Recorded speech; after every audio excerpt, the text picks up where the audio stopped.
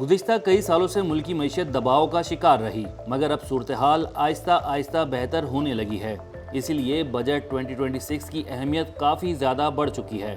Experts کا ماننا ہے کہ اس بجٹ میں نقصان کرنے والے ادارے جیسے اسٹیل مل، پی آئی اے اور پاکستان ریلوے جیسے اداروں کو پرائیویٹائز کر دینا چاہیے۔ ملک جو ہے نا یہ کارپوریٹ سیکٹر چلاتا ہے، امپلائمنٹ کارپوریٹ سیکٹر جنریٹ کرتا ہے۔ گورنمنٹ جو ہے کبھی بھی اس کا کام نہیں ہوتا کہ وہ امپلائمنٹ جنریٹ کرے یا ملک چلائے۔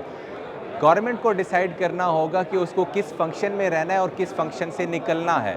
اگر وہ بزنس میں بھی ہے اور وہ ریگولیٹر بھی ہے تو پھر بڑا مشکل ہو جائے گا۔ تو میرے خیال میں سب سے پہلے تو گورنمنٹ کو ڈیسائیڈ کرنا ہوگا کہ کچھ اپنی ایک ایکسکلوژن لسٹ بنانی ہوگی کہ اس میں سے نکلنا ہوگا۔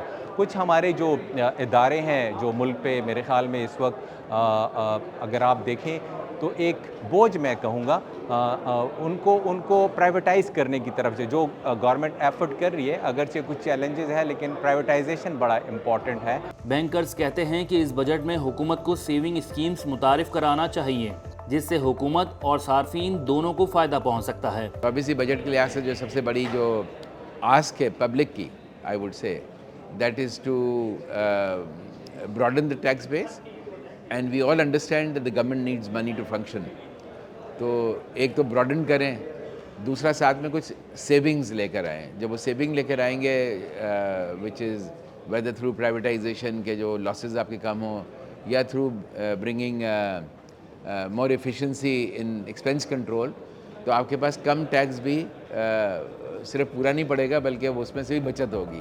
ٹیکس ایکسپرٹس مطالبہ کر رہے ہیں کہ اس بجٹ میں انٹرسٹ ریٹ کو مزید کم کیا جائے تاکہ کاروباری سرگرمیوں کو فروغ مل سکے۔ ہماری ایک ریسرچ کے حساب سے اس وقت اگر میں ایوریج لے لوں پچھلے 12 مہینے کا انفلیشن تو 6.9 بنتا ہے، جبکہ آپ کا جو اس وقت آپ کا پالیسی ریٹ ہے دیٹ از 11%۔ تو اب آپ کے پاس گنجائش ہے 5% کے اراؤنڈ کہ آپ اس پالیسی ریٹ کو کم کریں، کنسیکوینٹلی آپ کا فسکل ڈیفیسٹ کم ہو جائے گا، آپ کی ڈیٹ سروسنگ کم ہو جائے گی۔